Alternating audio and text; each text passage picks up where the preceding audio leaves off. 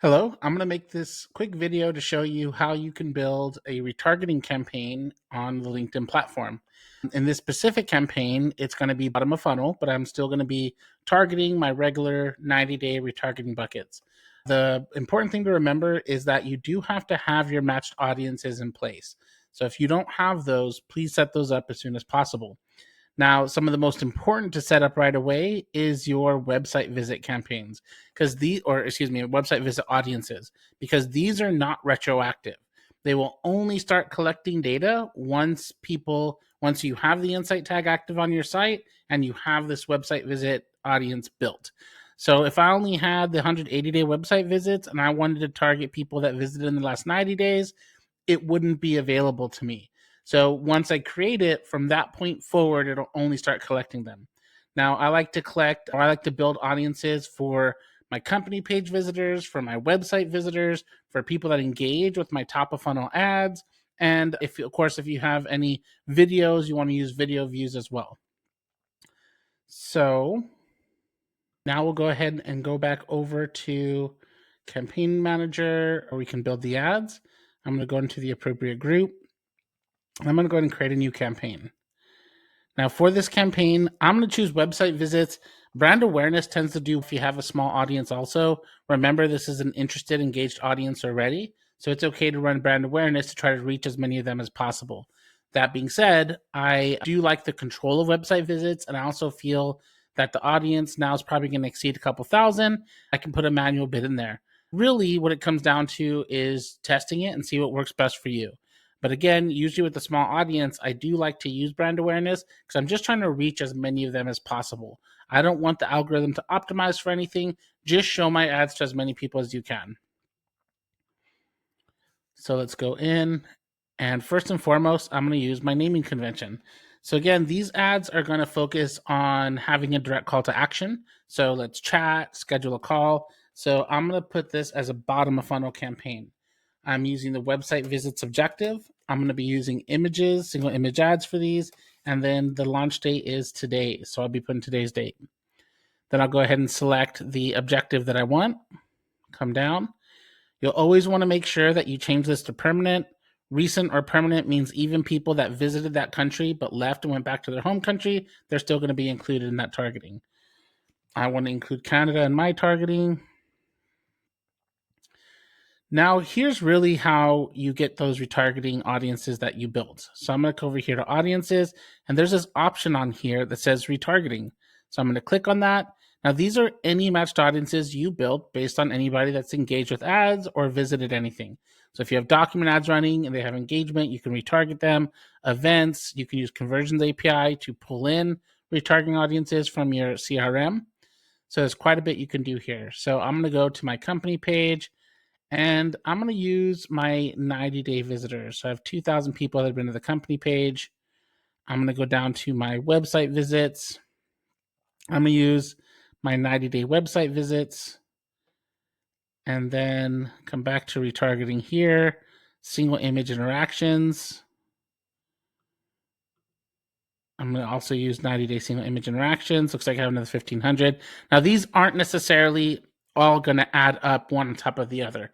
Somebody that engaged with my ad also went to my website, right? The reason I still have the website visits on there is because it captures other types of traffic. So if people came in from Google, if they came in from any other sources, they're still going to be within those audiences. But if it's the same person that engaged with, maybe they went to the company page site and engaged with an ad, it's not going to double or triple the count because of that. So these should be unique members amongst all these groups that I can be targeting. Okay, so that's all I'll use for now. I did create a video campaign now, so I'll throw it in there.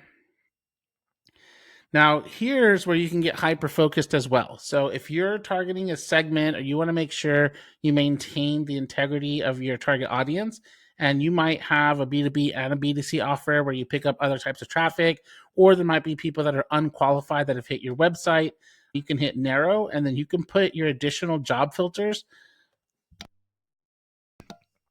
job titles, industries, functions and seniorities, right? Any kind of filters that you want, company industries, in order to retarget specifically the ICP that you want to be retargeting.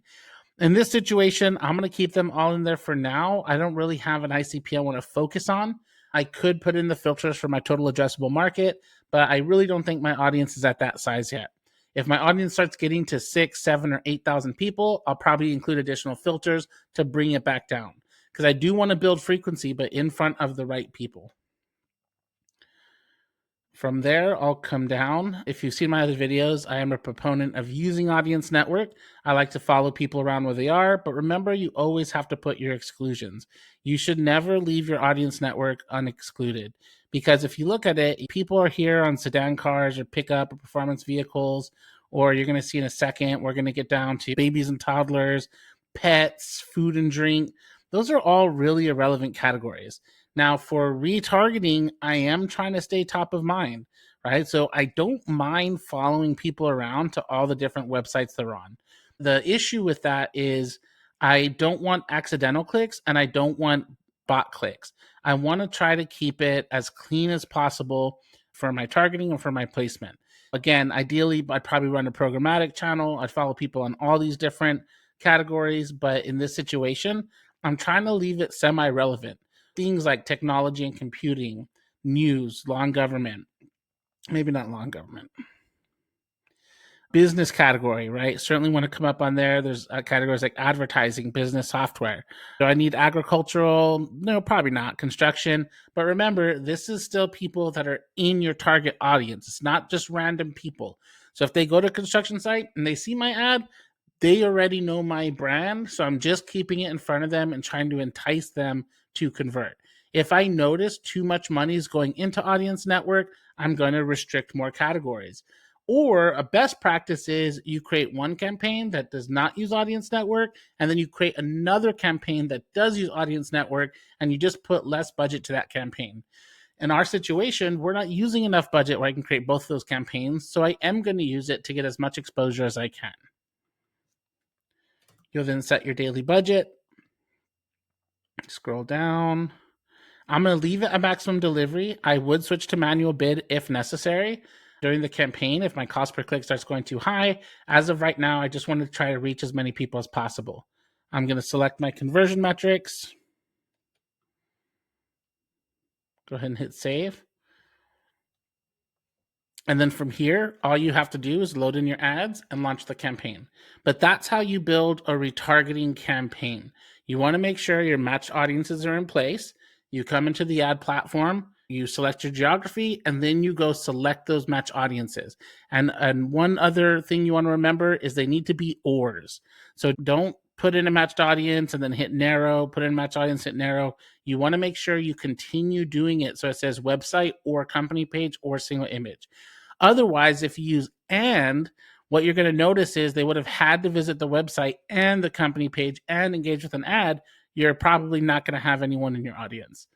But once you include the additional job title filters, that's when you want to switch to and to say, hey, they could have done any of these things here, but I also want to make sure they have the right job title or industry or whatever it is you want to filter your audience by. So I hope that helps. That's how you create retargeting campaigns on LinkedIn. Keep following for more informational videos where I'll keep giving tips and tricks and lessons on how to run ads on LinkedIn. Thank you.